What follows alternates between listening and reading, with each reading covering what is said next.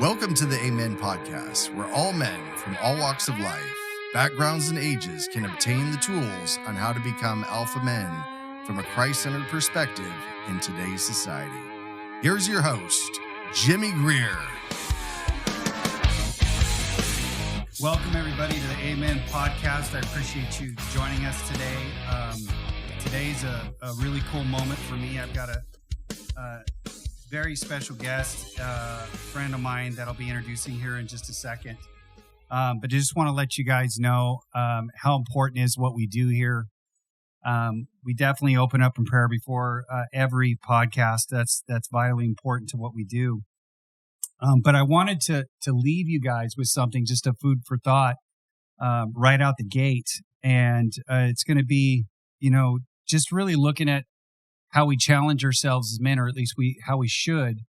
And I'm convinced that God is a fan of endurance, and God is a fan of discomfort, and we'll get into more of that with my guest in just a second. But we're going to start out in Hebrews. It's going to be 12:11. And so now all discipline seems to be painful at the time, yet later it will produce a transformation of character, bringing a harvest of righteousness and peace to those who yield to it.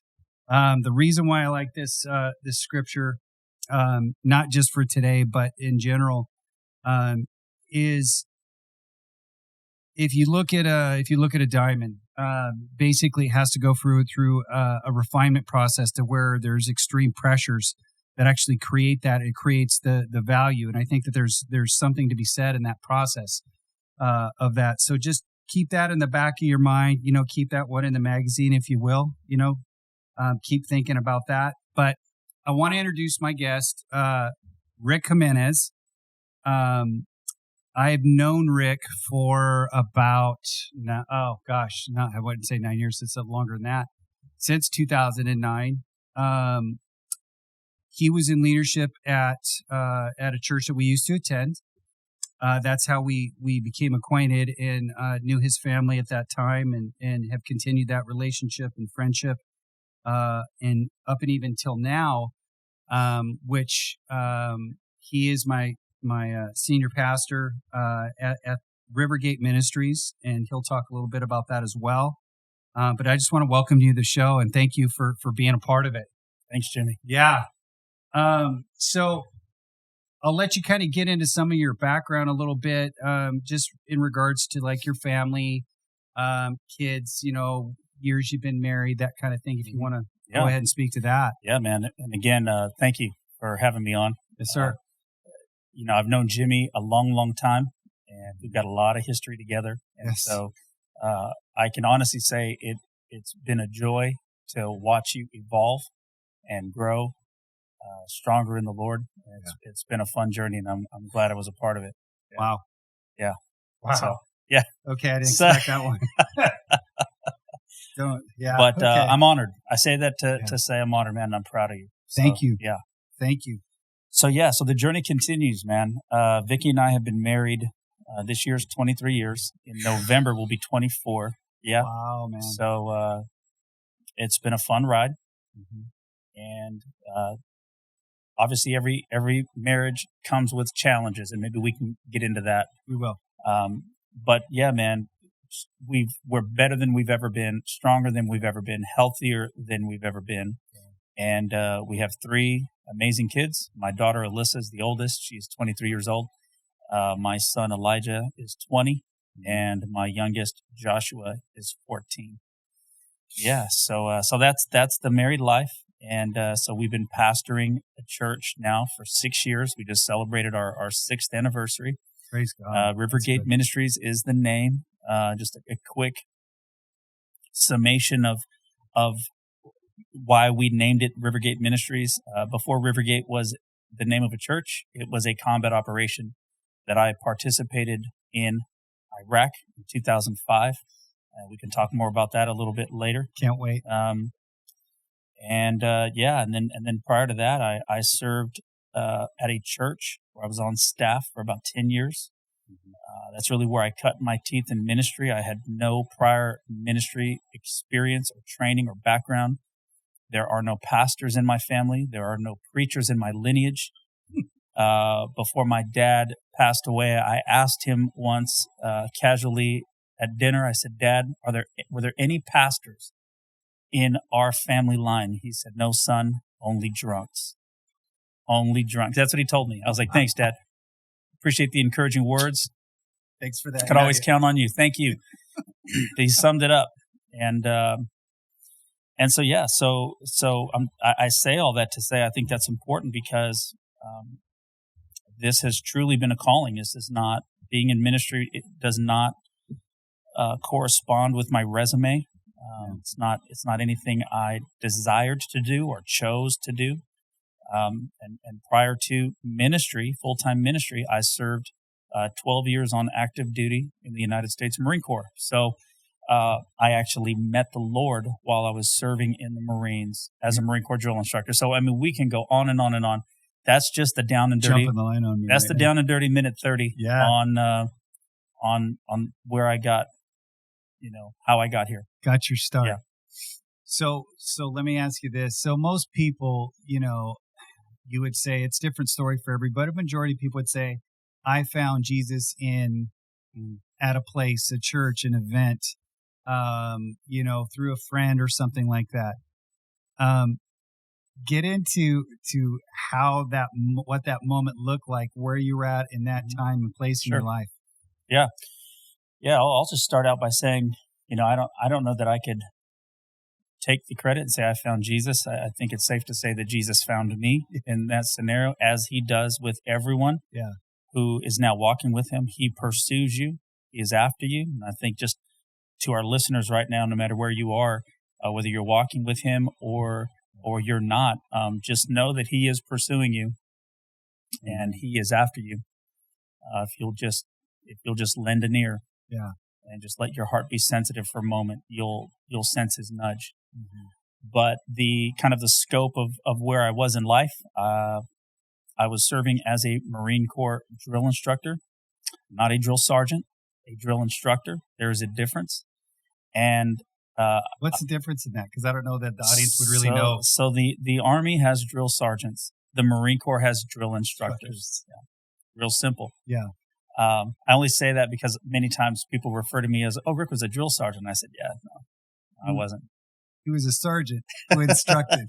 I was a drill instructor. Big difference. Not apples and apples. Yes. Love my Army brothers, though. Come on. Hua. Come on. All the way. So as a drill instructor duty is a 3-year duty station. That is the full extent in which one can be a drill instructor.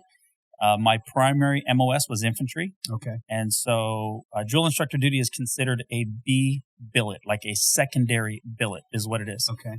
Your primary would be your A billet, drill instructor duty, recruiting duty, Marine security guard. Those are B billets. You do them for a segment of time, and then you rotate back to your primary duty station after you're done.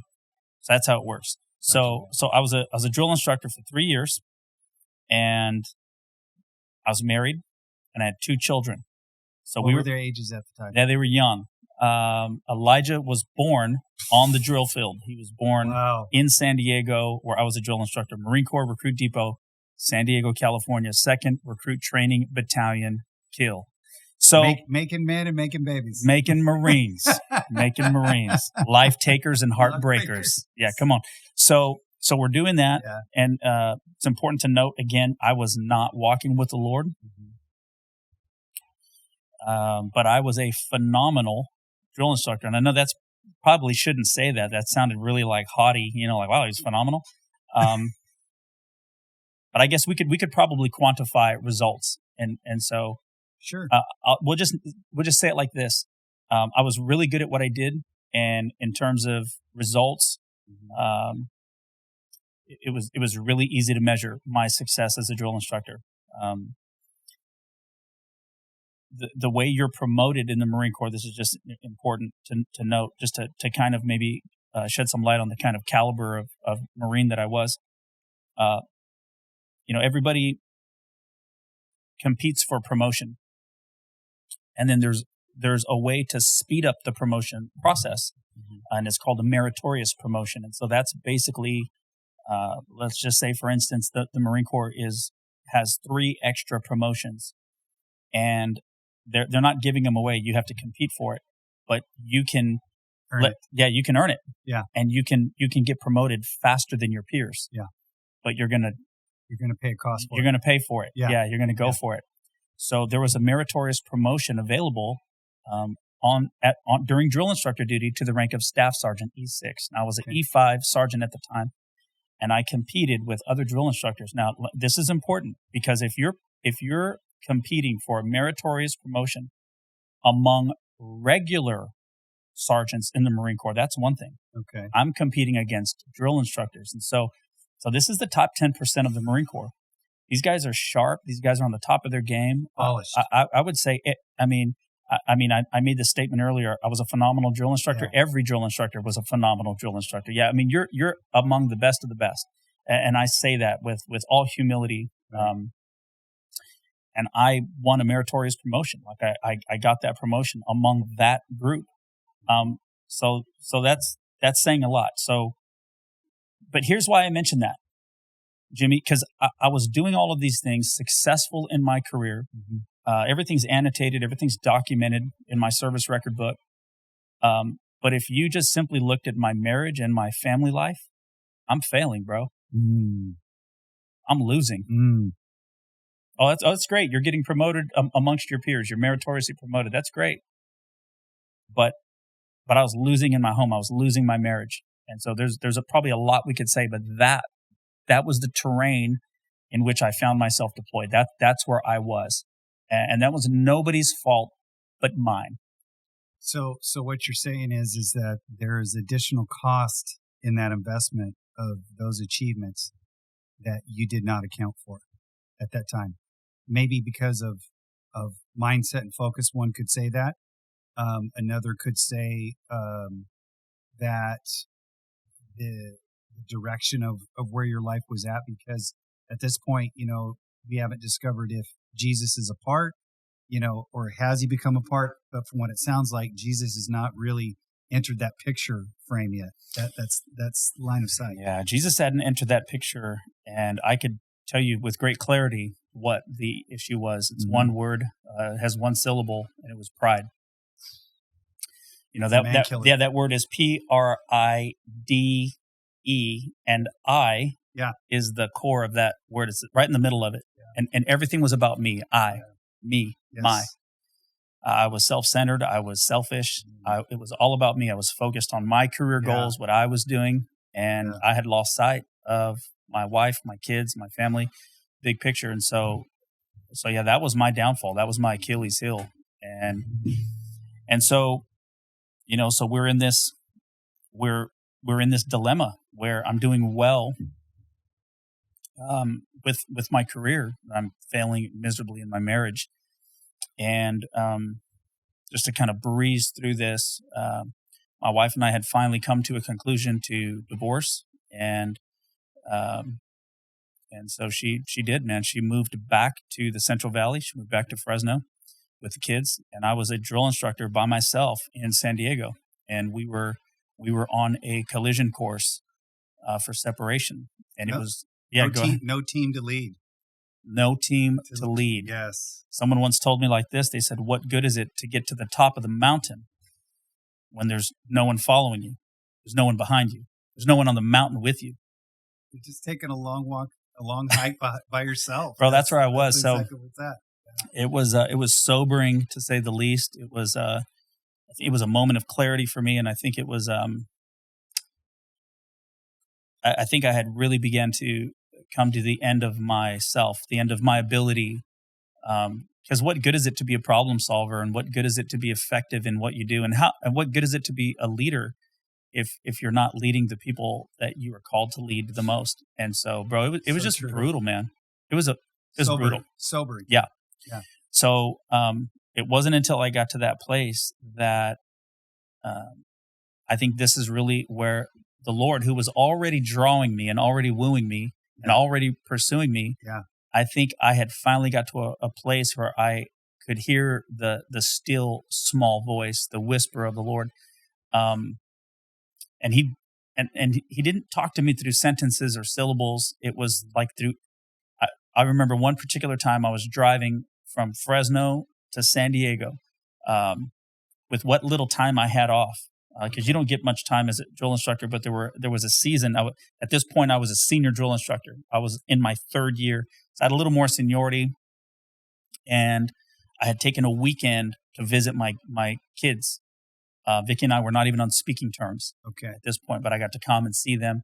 And I'm driving back to San Diego, and it was a 6-hour drive, radio in the off position, and I am just contemplating over and over and over about how my life is just, how did I get here? How did I get here? Yeah. I'm losing my family. Yeah. I couldn't wrap my brain around it. And more than anything, I was trying to think, how do I resolve this? Yeah. And I didn't feel like I could. So I'm at this kind of moment of desperation. So let me interject this real quick. So, and I'm just trying to put all this together because you're in the middle of a massive achievement process, right? This is the goal. This is the monster goal. I'm good at what I do, right? Yeah. Right. And really, I mean, if you want to break it down, and I don't want to take anything away from what you've accomplished, what you've done, what the Marines do. But ultimately is to give the ability of that Marine the tools and how to be effective in any situation that's put in front of them, basically. And so here you are, you're driving down this road, heading down I-5, back and forth, Fresno to,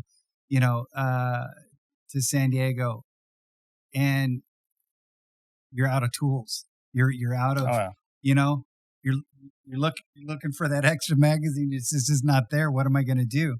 And so then this moment, this epiphany starts happening, if you will, move with the Spirit of God. Yeah. And so I'm driving, and I think it's important to add this. Sure.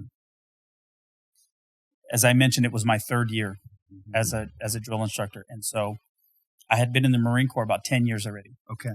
And so that's important because when you're a careerist, is what it's called. If you re-enlist after your first 4 years, the Marine Corps basically sends you orders now. You're not so much requesting where to go. They tell you where to go. Right. And they don't even have to ask your permission. They'll just send you orders. You're a careerist now. Yeah. So the Marine Corps had sent me orders, because I'm at my third year. I have to rotate back to the operating forces in about 6 months' time. What year is that, by the way? This is 05. Okay, This is 2005. Gotcha. And so headquarters Marine Corps send me orders to an infantry unit in Oceanside, California, Camp Pendleton, and I had already made contact with the first sergeant at that unit, and so there was a combat deployment to Iraq on my horizon in June of that year. Yeah. So within so this is all happening in I'm calculating all of this. A, I'm wrapping up my career on the drill field. B, I'm losing my wife and kids. C, I've got a combat deployment on my horizon, and I don't even have time to reconcile this. So all of that is compounding in my mind. So when I'm driving 6 hours to San Diego, bro, that's all I'm thinking about. Radio is off. It's silence, bro, for 6 hours. And this thing is heavy on my heart. And it was during that drive, I couldn't tell you exactly where I was on my trek, but somewhere along that journey, I had what we would call a daydream, right? Probably lasted a blink. But I remember the imagery, and I was in this open field. It was just green grass and just vegetation and trees. And there was a fence, like a picket fence that went right down the middle of that field. And I'm sitting right on the fence. I'm just sitting on the fence. And on this side of the field was my life. And it was as if I could recall every memory of regret, every memory of brokenness, all my whole life. Right. It had literally just been filled with a lot of mistakes and regret. And I didn't like it. I didn't want to be there anymore. But I'm sitting on this fence. And on this side of the fence was peace and a type of tranquility that I had never experienced before. Wow. It was a lot of unknown, Jim, because I didn't have a point of reference for this side of the field. I didn't know. You had no coordinates for that one. Zero. But it was as if as I was driving and I began to look over on this side and desire to be on this side of the field. Right. This is where I felt the Lord speak clearly. And he showed me, son, I'm the missing link to your life. You've never followed me. Wow. You've never inquired of me. Wow. You've never trusted me with any decision of your life. You've been behind the steering wheel of your own bus. And it's led you in all this brokenness and in all this pain. And all I can say, Jimmy, is in that moment, I knew that I wanted him. And I knew that Jesus was the missing link. And I didn't know what that would look like. And I didn't know what that would entail. But all I knew is I didn't want this anymore. I didn't want the regret of my past any longer. So in a car from Fresno to San Diego, in the middle of the night, I cried out to Jesus. And I gave him my life. And I wholeheartedly told him, I will follow you. And I don't know what that looks like. Are you ready to become the strongest version of yourself, Alpha Men? Meet Paul Watson, a military veteran. Paul knows the importance of physical fitness, mental and physical toughness, and the role it plays in one's overall health and well-being. That's why I'm proud to recommend Warrior Fitness, a fitness program designed to help you become the strongest version of yourself.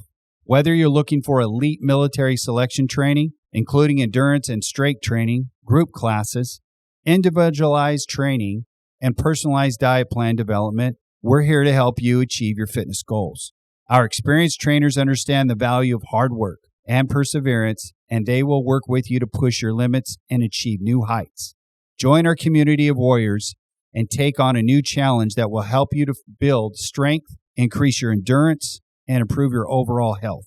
With Warrior Fitness, you'll discover a new sense of discipline, resilience, and pride. Sign up today and let's take on the challenge together. Check them out at their Fresno location at 8039 North Cedar Avenue, Fresno, California, 93720, or on the web on Instagram and Facebook. Or if you want to just give them a call, go ahead, 559-242-2570. Stay alpha. You know, I've asked different caliber of men in this question. This relates to vulnerability and strength and how a lot of those ideologies clash, you know. And so I ask them and I say, so which do you think is more difficult as a man? Is it if you have the physical ability to take another man, to stop him from existing, basically, versus having the discipline and restraint to look at your situation, evaluate it in seconds, moments, and say, this is not the path I'm going to take. I already know your answer on that. It's going to be the latter, because just because you have the ability to have that strength to end another person doesn't mean that you should. Doesn't mean. I think the discipline definitely comes from that submission to Christ, because I've been in those situations as well where God has asked me to do, in my mind, unthinkable things that would be related to honor and extensions of forgiveness and grace to another man that, in my mind, at that point in time, didn't deserve it, right? Mm-hmm. So when you're submitting yourself to that, what I like about that, just for me and in the audience as well, is that you have a man of achievement, you have a father, you have a husband, you have a drill instructor, and we have our personas of what that looks like according to what Hollywood would definitely. It's crazy. And I don't want to get off too far because we get into topic pretty quick about that one. But having that vulnerability to say, Lord, I don't have it figured out. I've got this compartment, dialed in, but my world's fallen to pieces and I can't do it without you. That's really a testament of the strength of who you are. Because I legit say that's an alpha male. You walk in a room, command presence, and you don't have to say a word. It's not, and there is a story about somebody saying eyes to you one time that I won't go back to right now because it's still funny. We might get to it later. I don't know. But I think it's important for men to know that I think the hardest thing to do is to relinquish, right? Mm-hmm. It's to relinquish that power, that authority to say, I don't know how to fix this. I can't fix this without his help. Yeah. Right? That reliance, if you will. Mm-hmm. I think that's important because I think I want to make something really clear is that my decision to follow Jesus in that moment was not incentivized by getting my family back or having a better life. That was not the incentive. That was a reality. Yeah. Yes, I'm losing my marriage, my family. Yes, I don't want a life of regret anymore. But that was not my incentive for following him. Right. The incentive was him. And he made it clear to me that I wasn't walking with him. And in that moment, I desired him. Yeah. I think that's important because I think if you follow Jesus for any other reason other than him, it'll never last. So that was a byproduct, Yeah. the family from that, the mention of that. That wasn't the senior focus here. This was like, hey, this is the ladder. As right? far as I was concerned, Yeah. that ship had sailed. That's how far we were gone. Wow. I was already making peace in my heart to pack up my gear and take my Marines and go do the job that I swore an oath to do. I was already there. Yeah. I was mentally prepared and ready. Yeah. But I in that moment, by revelation of the Lord, Yeah. This wasn't my intelligence or like, oh, I have an idea. No, it was the Lord wooing me and drawing me. But I was able to hear that day because he had my undivided attention. I've lost everything.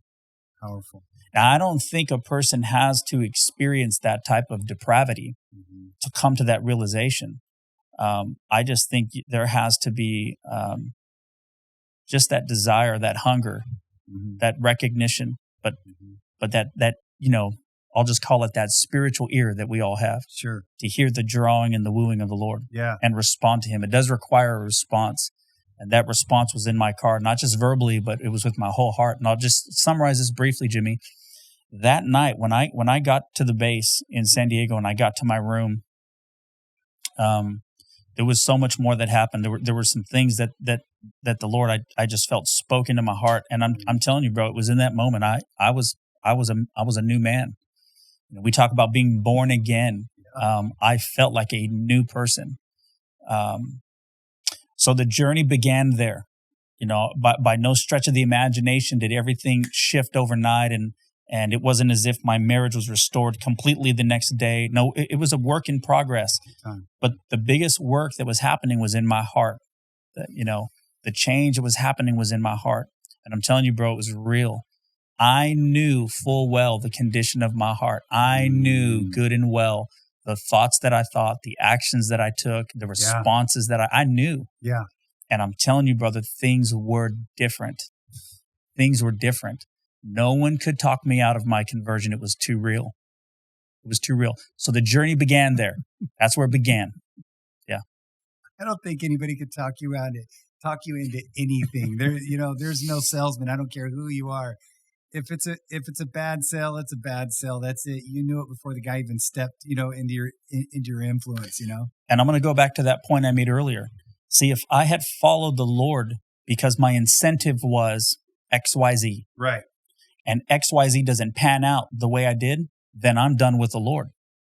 That's the danger of pursuing Him for something other than Him. Oh, that's good. Yeah. That's good. Yeah. That's good. That's meat and potatoes right there. Wow. Yeah. If he's not the sole purpose and focus, then really, what are you searching for? What's your drive? Yeah. Because it's false, right? Let me hit you with some Yeah, man. obvious ones here. So favorite, I don't want to say that you have a favorite verse because that's, we love the whole pipe, right? I think for you, and correct me if I'm wrong, but it's more of seasonal. What you're in the season really is kind of like, hey, this season is bananas. Next month it could be strawberries, whatever it is. Yeah. So in season right now that you're in, what would you say where God's really got you digging into? It's funny. So no pun intended with the season. But if you would have asked me that question when I first started walking with the Lord, I would have said 2 Timothy 2, right? Right. Endure hardship like a good soldier for Christ Jesus. Rattle it right off. Soldiers that are engaged in warfare they're not distracted by civilian affairs. Yeah. Elsewise, they don't command or they don't please the commanding officer that enlisted them. Right. I so identified with all the scriptures that talked about warriors and warfare and being a good soldier. Right. That's where I was then. Yeah. Today, I would say it's Psalm 1. Blessed is the man who walks not in the counsel of the ungodly, nor stands in the path of sinners, nor sits in the seat of the scornful. Here it is. But he delights in the law of the Lord. He doesn't discipline himself. He delights in the law of the Lord. And in that law, he meditates day and night. Then he's like the tree planted along the river, whose leaf never withers, who produces fruit in every season, and everything he puts his hand to prospers. Bro, there's something to be said about delighting in the Lord that I value now more than discipline. Discipline's important. Discipline is still a part of our Christian life. Sure. But discipline without delight will disappear. Do you think that discipline got you to the delight? Because it was really the, if you look at it, it was the foundation, right? It was the pathway because that was your identity. It's like, oh yeah, it's all about discipline. Sure. Warrior shield, come back or die on it kind of mentality, right? And so you have that as your basis, but then now you're basking in delight. That's a whole different perspective. Yeah. Yeah. And perspective is everything. Right. See, I think if we approach our relationship with Jesus through a checklist mentality, through a discipline, right? I've got to achieve and work and be diligent. If that is the measure of my relationship with Him, you're only going to go so far. But our relationship it's just that. It's a relationship like that of husband and wife. Yes. And so any husband that would ever dare utter the word, "Oh, I'm disciplining myself to spend more time with my wife." Oh, brother, it's right. We shudder at that. It doesn't make sense. You don't have to discipline yourself to enjoy spending time with your wife. You should delight in her. Right. But because you delight in her, your discipline serves as guardrails to protect what you delight. That's what it is. Yeah. Yeah. It helps. I don't want to hit the cliche of that it hits the the straight and narrow, but really, and I don't want to compare myself to you in this sense, but when I'm looking at something like that, we men have a plan and we do the checklist. Okay, my wife likes this. She enjoys this. I know she likes this place to eat, right? And we're trying to keep those things all in order as a form of discipline, right? But again, it ultimately gets us to where we want to be, which is delighting, right? Mm-hmm.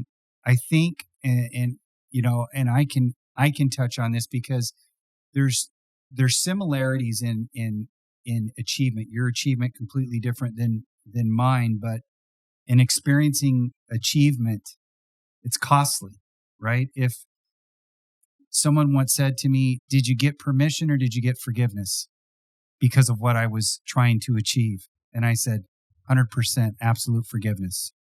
There was never an authorship. He never pinned my orders to go, "This is the platform. This is what I want you to do." Was his name being shared? Was it being influenced into other people's lives? Were they being impacted? Sure. Smells nice. It's great for the kingdom. Nothing wrong with that. But I never went to the throne and said, "Is this what you want me to do? Do you give me permission to go forth?" Right? It didn't work out that way. So the understanding and connection of what you're saying in regards to discipline, to delight, I think that's a tool set that most men don't have a frame of reference for. Right. Yeah, I would agree. The scripture says this. It says, if we delight in the Lord, Mm-hmm. he will give us the desires of our heart. If we delight in the Lord, there it is again. Yeah. He gives you something, Right. the desires of your heart. Now, some people read that and they think, oh man, I've always wanted a red Corvette since I was a kid. So maybe if I do this Jesus thing and delight in him, I'll get that desire of my heart. Yeah. That's not what it means.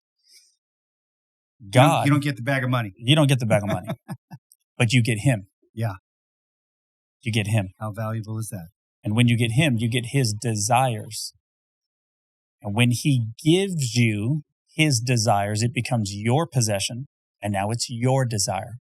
So I'm telling you, there is a synchronization that happens between a person and the Lord through desire when we come to him for him and only for him. I'm not interested what's in his hand. It doesn't matter what's in his account. It's him. Yeah. It's him. Yeah.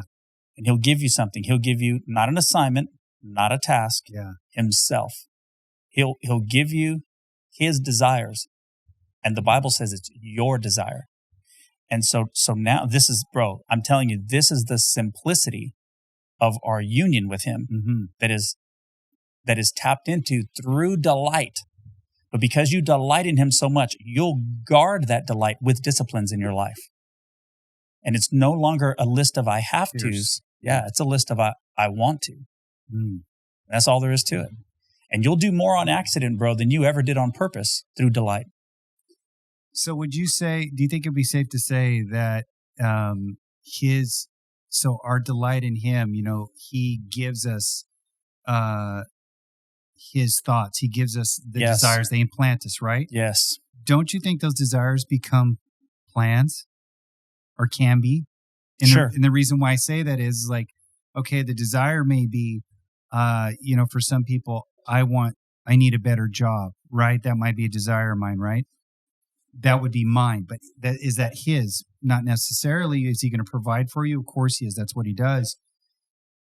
But when I look at Jeremiah 29:11, and it's such a common, quoted scripture, but his plans that I know for you, says the Lord, plans to help you, not to harm you. So the key word is I have plans, not Jimmy's plans, not Rick's plans, but I have plans for you. And it's your job to figure out what those plans are, right? Yeah. So, and they're based out of desire, because the things that I wasn't sitting around going, man, if only I could be, Lord, 52 and divorced and start a podcast, then I've made it. Yeah. Right? I never had that conversation with him.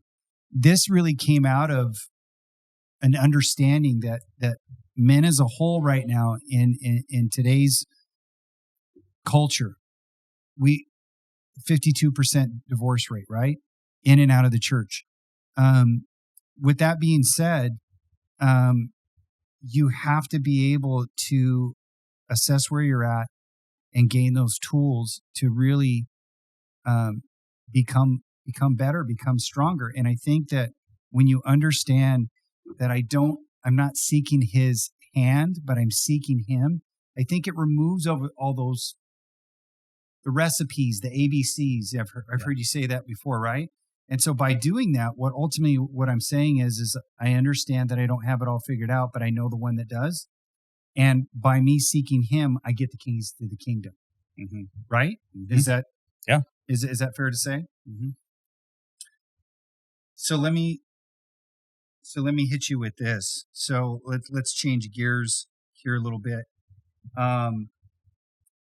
So there's a particular story that you've told me before, and we'll definitely respect the names and parties included. Mm-hmm. This outside of yourself that's involved in this story, but going to your combat duty,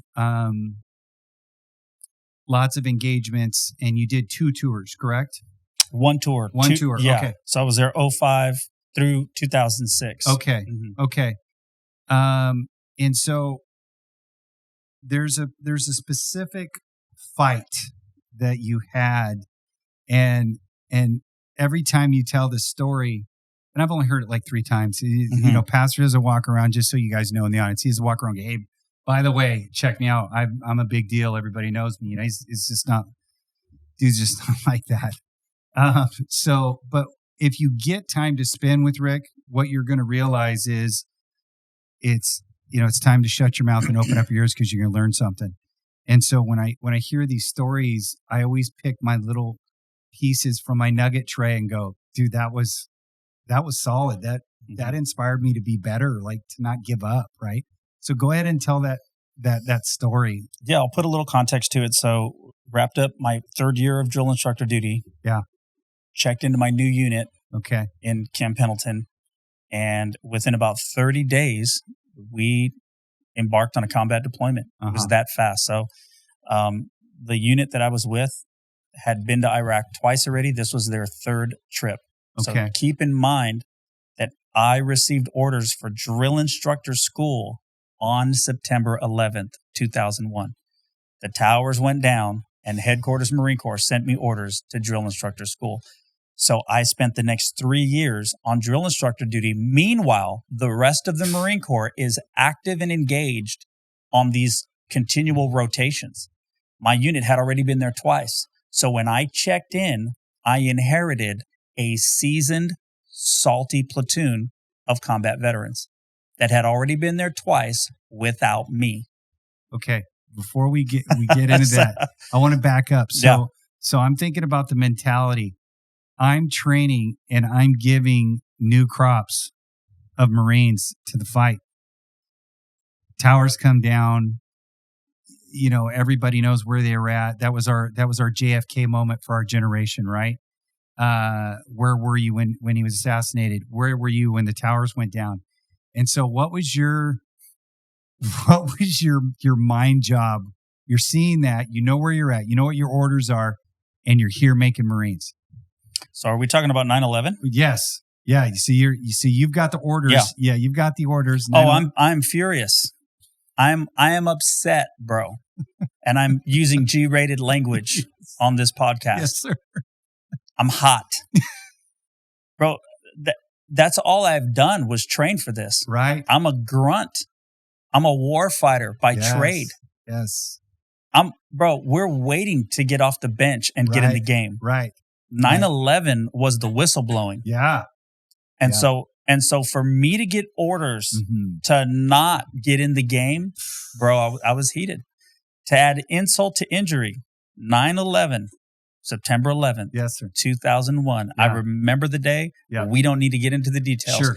But I knew in that moment that this was going to be historic. Yes. I distinctly remember that moment as we're watching this unfold on the screen.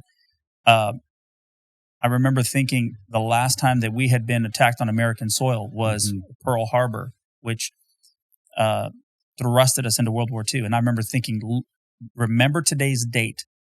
And I remember looking at my watch to see the date, and it said 9/11. And it dawned on me that today is my birthday. 9/11 is my birthday, bro. Now, in that moment, I didn't say one. I couldn't believe it. And that just goes to show how in the rhythm and the routine of I'm at work already. It hadn't even dawned on me that it was my birthday. It was another day. That's crazy, right? But that's welcome to the Marine Corps. Like it's that way. Happy birthday. And so I'm thinking, oh my gosh, you got to be kidding me. And the last thing I wanted to do was mention that. Yeah. When there's loss of life, and so there was a dark cloud on my day for a few years. Right. I'm over all that now, but needless to say, bro, I was highly upset because I did at that time, and we didn't know that it would be a 20-year war. Sure. I'm thinking I'm going to go be a drill instructor for 3 years. This thing's going to be over. Right. I'm going to miss my shot. Right. So, dude, I was hot, man. That wasn't a fun day for me. So it's like being drafted for the pros and you never get to go get in the game.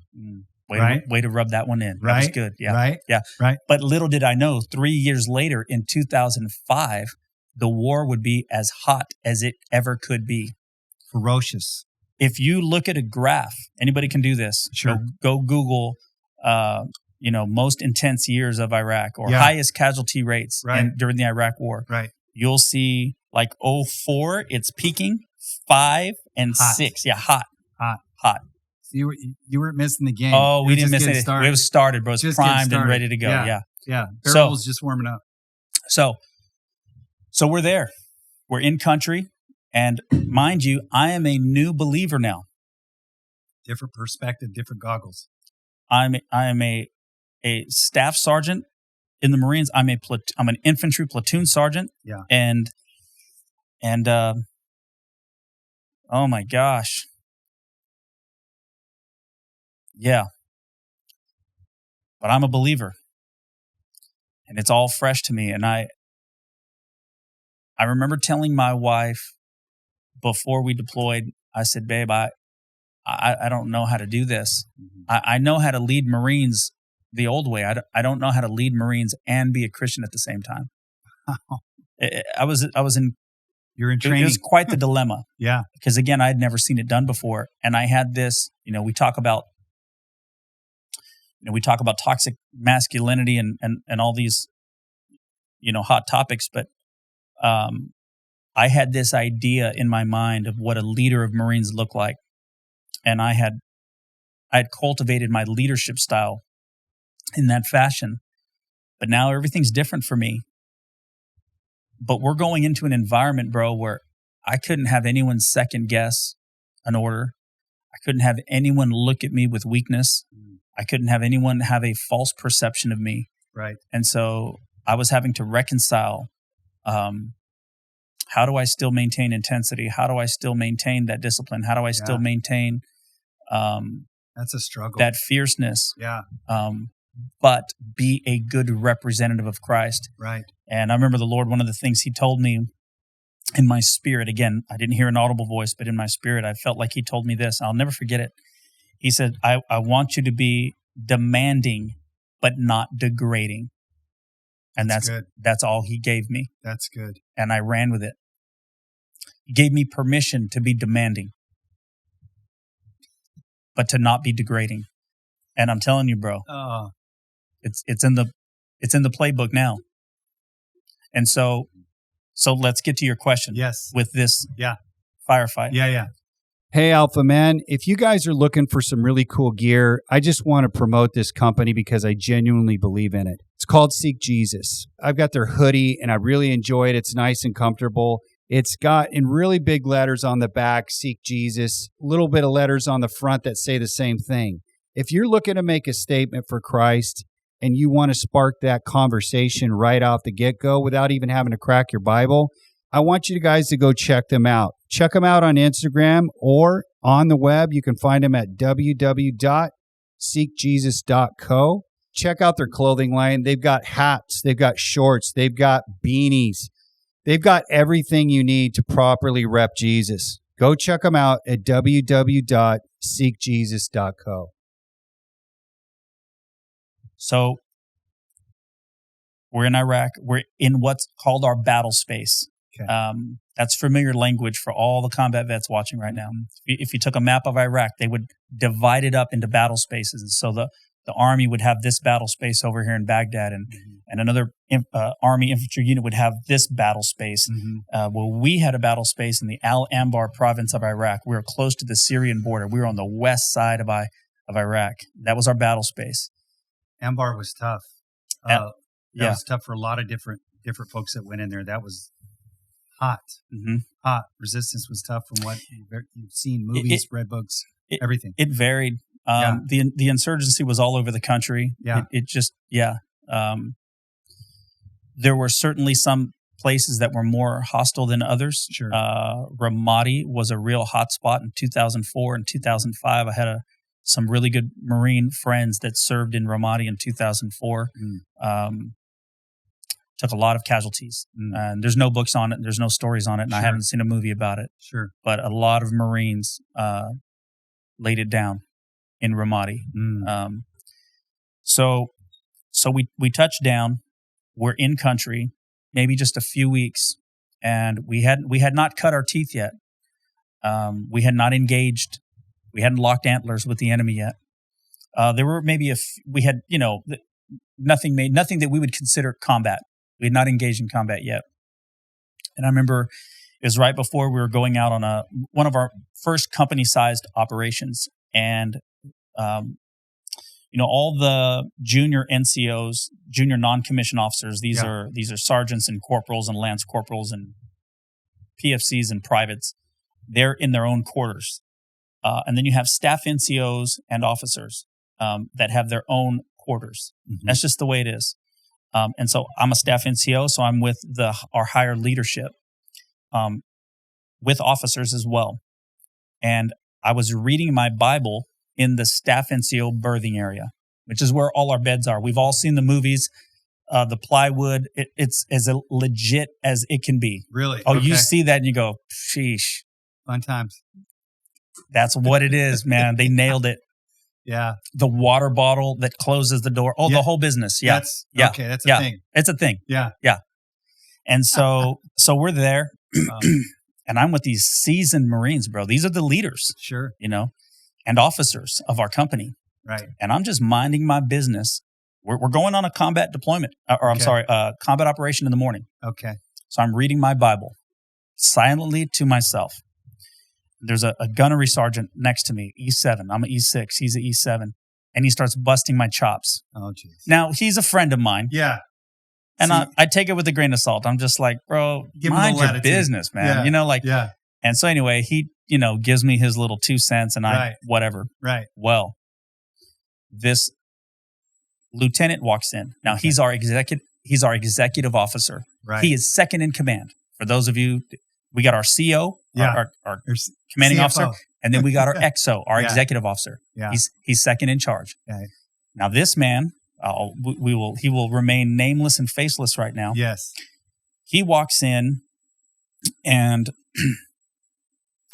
he sees me reading the Bible, and he hears the gunnery sergeant busting my chops, and he says verbally in front of everyone, he says, "You're a smart man for reading that book, Staff Sergeant."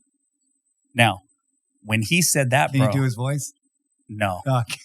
No, there was nothing particular. Oh, okay. Yeah, it wasn't like a John Wayne or anything like that. Yeah. He wasn't Southern or anything like that. Okay. No, but he had a high level of respect amongst the entire battalion. Wow. Because this officer had been in a fierce firefight the deployment earlier. He had street credit. Huge. Well, he fought himself. He fought out of a kill zone. They were in the ambush. Okay. And he survived it. And everyone in our company knew he's our leader now. He's our ex. This is in Iraq, right? He's in Iraq. Okay. Yeah. So, so when he walks in, you remember that I'm going to date myself now. You remember that old commercial where it says, when E.F. Hutton talks, everybody listens? Yeah. So when this lieutenant speaks, it's all ears. And no one had a rebuttal for his comment. Yeah. He never had to go, is this thing on? Not one of those. No. No. No. So when he said, "Smart man for reading that book, Staff Sergeant." Yeah. The good gunnery sergeant just minded his own business. That was it. As he should. That was a wrap. Right. And this was interesting to me because I had never known this officer to have any relationship with a Bible. I did not know that about him. Okay. And this dude was hard, man. This dude was tougher than woodpecker lips. I'm telling you. Yeah. Man's man, bro. Marines Marine. Marines Marine. Got a picture on the wall. Employee of the month. And so, smart man for reading that Bible, Staff Sergeant. That's a good book. I was shocked. I was dumbfounded. So here's the story. So this particular lieutenant, the deployment before was on just a regular patrol. Right. And his platoon, he was a platoon commander at the time. Can you say the city? Al-Qaim. Okay. Al-Qaim. All right. And they're on this, just a normal patrol, and they get ambushed. And it is what's considered a complex ambush. So, which means the enemy's not just waiting. They set a trap which engages the Marines and then do a full-blown ambush. So it is meant to annihilate. It's a kill zone is what it's termed. Yeah. And the intensity of fire was so high, the volume of fire was so high. It's indirect fire, it's direct fire, RPGs, that the Marines didn't even have an opportunity to, at one point, break from cover. Like they're pinned down. So you're for those listeners that aren't military friendly or even aware of what goes on. So, and tell me if I'm wrong in this. That means you're hugging your M4 and you're sitting there and you're just like, you're not trying to get nailed. You can't do it. You can't do it. You can't communicate. You can't move. You can't do anything. Right? You can, but you won't survive. Exactly. Yeah. So exactly. The name of the game is fire superiority, and that's another familiar term to all the shooters out there and warfighters out there. Yeah. And we always want to, especially as a offensive force, as an infantry unit, you always want to gain fire superiority in anytime you make contact. Right. Gaining fire superiority is key to survival. And so it's basically putting down more lead and more accurate fire. It's not just a volume of fire. Yeah. It is a greater force of violence than the enemy is bringing, right? Yeah. It's increasing the lead to air ratio by 90%, right? So like we're throwing it down. Steel curtain, if you will. You're not trying to do 50% percentile. You're looking for that 90-10.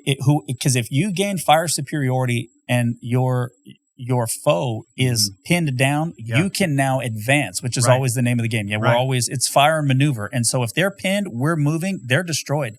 So the enemy has the drop on Marines. Right. They've gained fire superiority. Our guys are pinned down, and we have Marines dying, and they are dying quickly. Wow. And so this particular lieutenant, I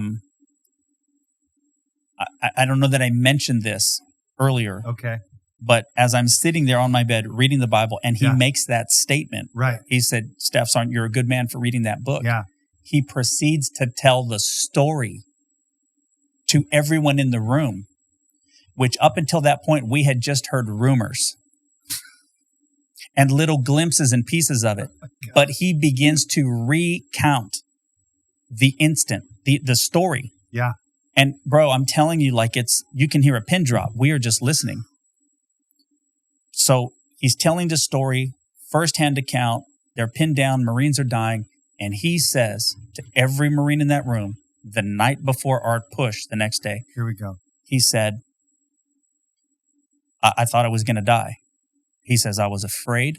I didn't know what to do. I'm losing Marines and I'm about to die. Yeah. And he says, the only thing I can think of, the only thing that came to mind in that moment, he says, I yelled it out as loud as I could. And he yelled out, Jesus, help me. And he said, in that moment, he said like a heat came over his entire body. That's how he described it. Heat came over his entire body. And he grabbed his rifle and he runs toward gunfire. And when his Marines, who are also pinned down, see him run toward bullets, they run with him. Wow. And they overturned a kill zone, bro, and they fought their way out of that scenario. Now, this lieutenant was hit, wounded several times. He was awarded a Silver Star He did some stuff. This Yeah. is our executive officer. And this man gives me credibility for reading the Bible. And I'm telling you, bro, it was a mic drop moment. And from that day on, man, he identified himself. I mean, that was it. You could hear a flea fart at that point. I don't think you could think of Jesus and associate him with any kind of weakness after you hear a story like that. No way. And No none way. of us did, bro. I'm telling you, that dude preached a message that day. And it was powerful. So that's the Wow. story. Wow. Mm. Wow. Okay. So we've got to, get you going here because you got another engagement after this. I've got, we've covered a lot, but there's still some things. So let's get some of the I want to get this quick question and then I want to get to coolest moment. Yeah. Okay. We're okay. Okay. We're good. You're good. Okay. So it's different because, I always tell people, with my little puny firearms experience that I've had, in comparison, is that it is a tool, and you bring out the tool according to what the job is, right? Mm-hmm. It's no different in the marketplace. If you're going to need to cut some wood, you're obviously going to need a saw, Yeah. right? You're gonna start drilling, wood screws. You're gonna need an impact gun. You're gonna get it. And the same thing with weapons choice is, what am I going to be engaging? What am I going to be challenged by in this? So, what was your favorite weapon of choice by far? Wow. Was there one? What was your favorite kid? Well, you said it. It's what is needed for the job. It's what's needed for that particular job. Sure. So, I mean, the way a rifle company is set up, Mm-hmm. it's broken up into two sections, Mhm. and then those sections are broken up into fire teams. Okay. And so there's an array of weaponry that is assigned to each Marine. Sure. So someone's got the 240 Golf, someone's got the, Saw. someone's got the saw, Yeah. the squad automatic weapon. Yeah. Someone's got the M203 grenade launcher underneath there. We got a long range, long barrel M16. Some have the M4. So it's all there. We got it Okay. all, so no matter what's happening, we've got the right tool for the job. Yeah. Now, our crew served weapons, we had 240 Golfs, and we also had a 25 millimeter Bushmaster chain gun. Oh, Lord. This thing shoots a high explosive round and an armor piercing round. And so, That's hot sauce. it's hot sauce, buddy. Yeah. That's obvious. That's meant for bigger targets. That's big meant stuff. That's big Yeah. stuff. So, we had everything. And then, Yeah. And then what we couldn't carry on person or on crew serve, Right. we always had air on station, which we used several times.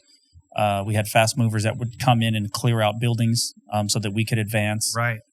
That's always fun to see. Right. And but yeah, man, the Marine Corps, Army it is a sight to see an infantry unit do its job on the battlefield. Efficiently and effectively with the right tools. I'm convinced that there is no other fighting force in the world that can match the United States Marine Corps. There's just no way, bro. Understood. And I mean none. I love special forces. Those guys, hats off, man. They have a specific role. Yeah. But and I'm not taking a thing away from them No. because we supported them and they right. do things that we can't do Right. and that we don't do. So would that be another look at that from a perspective of another tool, right? Oh, 100%. And not the degrading, Not at all. tool Not even at close. all. I'm not saying that Not at even all. close. Yeah. No. Very Their specific. precision, yeah. Yeah. They're coming in doing direct action raids, Mm-hmm. going after high value targets, Mhm. quick extraction. They're doing it, man, and it's a sight to see. And they are skilled at what they do. But if you need to clear out a city, my friend, That's who you call. You got grunts in there, man. Yeah. You got an infantry unit in there. That's a sledgehammer. It's a sledgehammer, bro. Yes. Yeah. Yes. So it's like the difference between using a precision cutting tool and, there's no question. black. Yeah. So there's no better than it's just a different tool. Yeah. And have the right one for the occasion. Yeah. You need them all. What did you enjoy shooting the most? My M4 was my baby. That was your baby. My M4 was my baby. She never left my arms. That's right. You sleep with her. You shower with her. You eat with her. That's right. You pray with her. What was her name? Well, she was just there. Yeah. I didn't want to give her a name because, because there would be a job that she would perform that I don't know that I'd want to associate with any one person. Sure. So, sure. But yeah, man, and you're cleaning this thing continually. I mean, it's an extension of you. Yes. It's an extension of you. Yes. Yeah. So, gosh, that is so good right there. What was your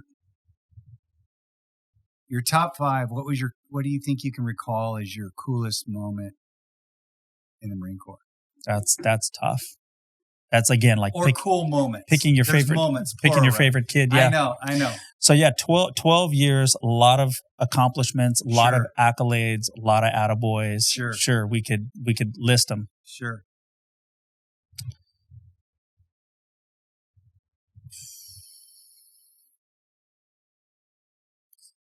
I had to stump you with something. That's it.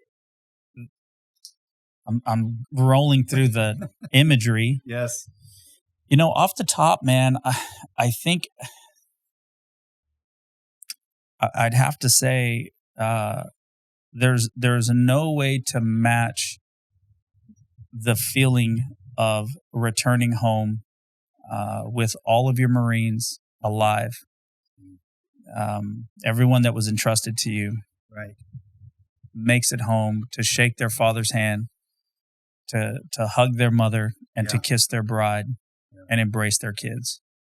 There's no greater feeling than that. I think that the funny observation is that, the leading of that question could draw somebody to the conclusion that you're going to cite an achievement. You're going to cite a moment, right, where you said, "Hey, we demolished the enemy." That sort of thing. But it's funny that you say that. Is that the return to family, that semblance of life, is your coolest moment, or one of them. One of those commonalities, because there's hey, we brought home our guys. That's mission success, right? Yeah. Anybody would say that in those moments. And then one could say, "Hey, listen, we've got some merits here. We've got some achievements that we've accomplished." People could say that as well. But the understanding is, and I mentioned this earlier before we started talking, was that the ill-praised warrior in that scenario of your entire career is the family unit, right? It's the wife at home. It's the family praying for you. It's the kids waiting to see you, you come home. Because, for our listeners, they don't really understand what that perspective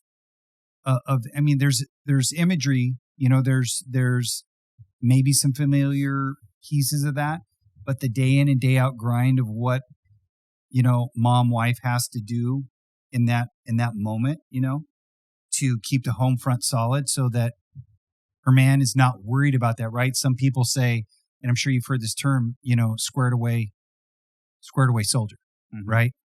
So squared away, what does that mean? And this is my understanding, correct me if I'm wrong, but the understanding is that man has his mind checked and he is on the battlefield. He is not concerned about what's going on at home, because if he thinks about that and he's concerned about that, messes with the sticky gooey stuff in between your two ears, and you can't focus on what you need to get done. Is that sound about right? Yeah, would put that under the category of being combat effective. Yes. That's combat effectiveness right there, what you Yeah. just described. Yeah. So I think that's pretty cool. That description comes into play. Man, I really can't thank you enough for doing this, man. It was super cool. Yeah. I mean, I wanted to unpack a few more stories, and we'll definitely have you back for a round 2 to kind of get into that, because I want to get into also the mentality, because, again, we talked about the road of discipline, leads to that moment with Jesus to where we can, delight, right, in who he is to us and what his presence in our life means, right? So that road of discipline is going to be, I think, kind of rudimentary for a lot of men, because there's a lot of men that listening that don't have disciplines, right? Have let their marriage not be their primary focus. Having a relationship with Christ may be unaware to some of our alpha men out there. The importance of that, it's so key. So I definitely want to have you back to get into that. But thank you, man. Just thank you for doing this and just, man. Yeah. If I can maybe preface that. Yeah. Just with a little appetizer. Sure. For the next one. Sure. For all of those men that were thinking, well, man, Rick, I want to know now what is that? Yeah. How do we identify what real manhood looks like? And what does it look like to be a healthy father and husband? Mm-hmm. My analogy would simply be this. If you have a Ford, a Chevy, maybe even a Toyota, vehicles that are very common on the road, a lot of them out there, dime a dozen, mass production. Yes, sir. You can get a part from one of those vehicles very easily at a local auto shop, right? You can even Amazon it, get it to your doorstep probably in a day. But if you have a vehicle like a Tesla, for instance, well, it's unique in that it doesn't have engine parts like the other cars. So if you have an issue with your Tesla, where do you go for help? Tesla. You take it back to the manufacturer. You take it back to the maker, right? The one who created it, formed and fashioned it, the one who dreamed it up and knows all of its potential and how it's supposed to hug turns and increase from 0 to 60 in a certain time frame. They know everything about it. Yeah. They fashioned and formed it. In the same way, it is with men. You're not a Ford and you're not a Chevy and you're not some run-of-the-mill vehicle. The Bible says that you were created in the image and likeness of God. I like that. So if you have a part that's missing and you have an area that's deficient, whether that be as a husband or as a father or as a son or as a brother or as a man of integrity, if there's a deficiency there, there's one place to go to. You don't go to Ford. You don't go to Chevy because you're a one-of-a-kind, custom-made man. Yeah. You go back to the maker, the one who made you, the one who formed you, the one who fashioned you. And that's where you learn what real manhood looks like. Jesus saying this, there are many like it, but this one is mine. Yeah. There's a gentleman who was very key and instrumental in reforming my thinking toward manhood when I first gave my life to the Lord as a drill instructor that season. Yeah. He had already passed away, but I had listened to some of his teachings. His name was Dr. Edwin Lewis Cole. And he had a ministry that focused on speaking to men and men only. Does he have any books? He does. It's tons. Grip. You could look up Maximized Manhood by Dr. Edwin Lewis Cole. So that's a good tool to get to you men out there. You can YouTube him. You can check him out. His stuff's out there. Yeah. And so a friend of mine turned me on to this guy, and I began to listen. Bro, it was the best stuff I'd ever heard in my life on manhood, and I'd never heard it. And mind you, I worked in an organization of only men. There are no females in the infantry. At least there weren't in my day. That's another story for a whole nother time. Things have changed. Yeah. However, yeah. I only worked with men. Yeah. And considered myself an expert in the field. Right. So when I'm listening to Dr. Cole, there were two things he said, and I'll leave you with this. Sure.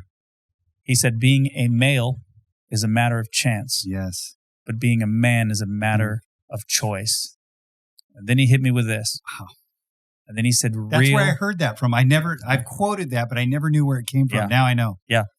And he would always say this. He would say, real manhood is synonymous with Christ likeness. He's saying real manhood looks like Jesus. If you want to know what a real man looks like, look at him. And then you have your officer who's telling his story to the naysayer, the hater, right? Mm-hmm. And Mike drops him and says, "You're a good man to read that book." Yeah. Right? Affirmed me. Yes. In that room. Yes. Yeah. That's wild. I mean, if that's not an alpha male, I don't know what is. I really don't. But I got nothing for you. He pledged his allegiance to the Lord in one fell swoop just by telling that story. And there was no rebuttal in that room. And so to hear these things, to hear Dr. Cole say, if you want to know what real manhood looks like, look at Jesus. If you want to know what a father looks like, look at Jesus. Right? Jesus says this, if you've seen me, you've seen the Father. Yeah. So you want to know what fatherhood looks like? Look at Jesus. Mm-hmm. Look at him. Bro, that shifted my entire paradigm. I didn't even know what to do with that. Yeah. So I'm telling you, man, everything was reforming in me. Yeah. And still is today. But we can get into that. Yeah. Yeah, it's just a little appetizer. I'm just going to leave that. Yeah, you got me hungry. I'm like, man, I want more of that. And I'll end it with this. So the thing is that, I looked it up in Via Dolorosa, and for some of you that may or may not know that, it's the stretch where Jesus actually had already been to the Praetorium, is heading to where he would be completely crucified, and the road that he took and the cross that he carried. And I Googled it, and it literally says it's 600 meters from point A to point B. So from where he started, from the Praetorium to the cross. And, we get the movie idea that there's this, freshly cut, pine that is, shaped in the cross, right? But he carried ultimately a tree is what he carried. So if you want to compare that to men, like we see movies where men are faced with extreme physical challenge, mental challenge, enemies everywhere, right? So you've been beaten with a formed whip that has pottery, has rock, stone, literally ripping flesh from your body, right? And so you have the crown of thorns on that's pierced, and I think now you have, not that you did before, but in your office, you have right, the visual of that. That's much bigger than a corn sticker, right? Yeah. Sticking in your skull, bleeding. I can't really see. I've been punched. I've been beaten, right? And they say, okay, by the way, you're going to go do a 600-meter hike to your death is what you're going to do. If that is not the epitome of a strong man, because some people will say that, oh, you follow Jesus, that's weak. That's weak sauce, man. I'm like, and you don't read the same book that I read, because I can't find that. I can't support what you're saying. Mm-hmm. We'll get into that another day. But for right now, man, again, I just want to say thank you so much. Yeah, man. Man, that was good. Thanks. Good stuff. All right. Love you, brother. Love you.